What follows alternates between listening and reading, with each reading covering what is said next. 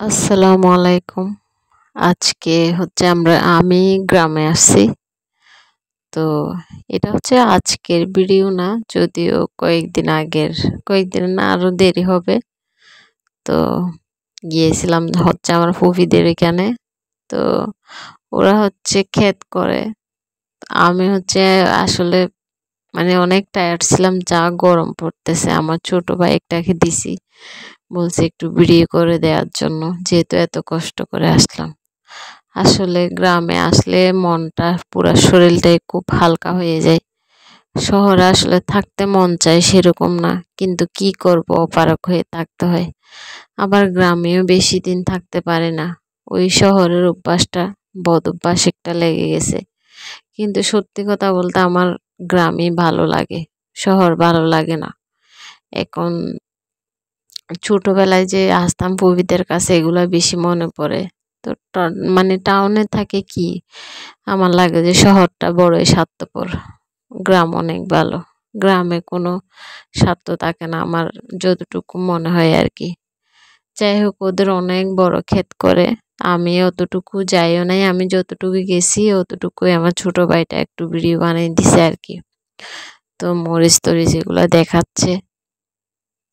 আর এখানে হেঁটে হেঁটে আব্বু আম্মুকে খুব বেশি মনে পড়তেছে, আরো বেশি। আসলে এটা আপনাদের লাগবে যে ইমোশনাল কিছু না, সেরকম কিছু না। জীবনে কখনো কল্পনাও করি নাই যে আব্বু আম্মু চলে যাওয়ার পরে এতটা মানুষ মিস করে, যে প্রত্যেকটা মুহূর্তে মুহূর্তে মানুষ মনে পড়ে আর কি।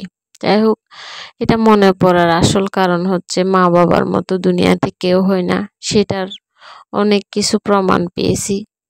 তো যাই হোক, ব্যাখ্যাটা দিলাম না আর কি, ব্যাখ্যা দিয়ে কি করবে। আর এখানে কাউকে ছোট করে কথা বলারও প্রয়োজন নাই, কিন্তু আমার মা বাবাকে মিস করি সেটা তো বলতে কোনো গুণা নেই, বা কাউকে আমার কৈফিয়ত দিতে হবে না, এরকম কিছু।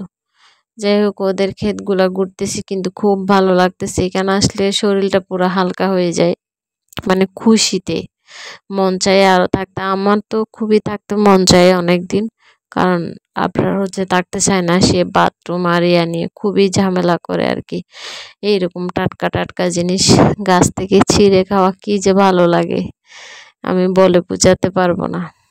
তো এদিকে দেখি আমার ফুফি পিঠা বানাচ্ছে, ওইটা আমরা 2 পিস পিঠা বলি, কে কত, ওই বিন্নি চাউলের পিঠাগুলো অনেকগুলো বানাচ্ছে। তো এখানে আমার ফুফাতো ভাইরাও বসে বসে খাচ্ছে, যদিও আমি এই পিঠাটা আমার বেশি পছন্দ সেরকম না, খুবই ভালো লাগে। তো আমি একটাই খেয়েছি, আর সবাই খাচ্ছে। এমন না যে এটা শুধু আমি একজনে খেয়ে শেষ করবো, যদি আমাকে উদ্দেশ্য করে এটা বানিয়েছে। তো সবাই মিলে খাবো আর কি। তো এইদিকে আপুর বাসাও আছে, আপুর বাসায়ও যাব। আর হচ্ছে আমি আসার সাথে সাথে বলছি কি ছোট মাছ খাবো আর কি, ছোট মাছ আমার খুব পছন্দ। এদিকে দেখে আমার আপুর হাঁসের বাচ্চা আর কি, এগুলা তো খুব সুন্দর লাগতেছে। তো আমি ধরি নাই, কারণ ইয়া আর কি, আমার ওই দিন যে একটা পাখি হয়েছে, তখন থেকে আমার একটু লাগতেছে আর কি। যাই হোক, এদিকে আপু তারা গাছ থেকে সুপারি পেরে আনছে, বাচ্চাদেরকে দিয়ে এগুলা করতেছে। আসলে ওরা অনেক বড় ক্ষেত করে, বাহিরের মানুষও রাখে এগুলা করার জন্য। হয়তো আমি একটু আনসিজন আসছে, শীতকালে হলে এগুলা খুবই ভালো। ওদের ক্ষেতের অনেক বড় জায়গা, বিকালবেলা হচ্ছে ঘুরতেছিলাম আর কি। তো আমার ছোট ভাইয়েরা বলতেছে কি, ওরা পাশে নদী আছে, ওইখানে মাছ ধরতে যাবে আর কি। তো ওরা গেছে, তখন আমি আমার মোবাইলটা দিছি, বলছি কি যা ধরবি সব আমার জন্য ভিডিও করে নিয়ে আসবি।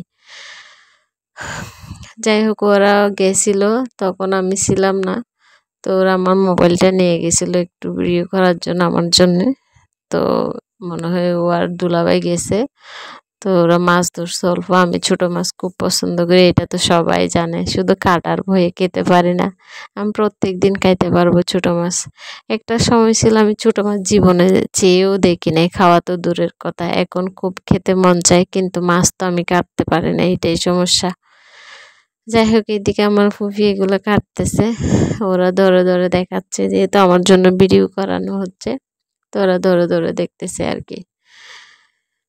তো কি বলবো, আসলে গ্রামে আসলে মন চায় যে সবকিছু ভিডিও করে, আসলে খুশিতে ভিডিওটা করা হয় না আর কি, এতটা খুশি কেমনে লাগে। এতটাই খুশি লাগে আর মন চায় না ভিডিও নিয়ে পরে থাকি, কারণ খোলামেলা জায়গা পেয়ে সব কিছু ভুলে যাই, নিজের যে একটা পরিচয় আছে সেটাও ভুলে যাই আর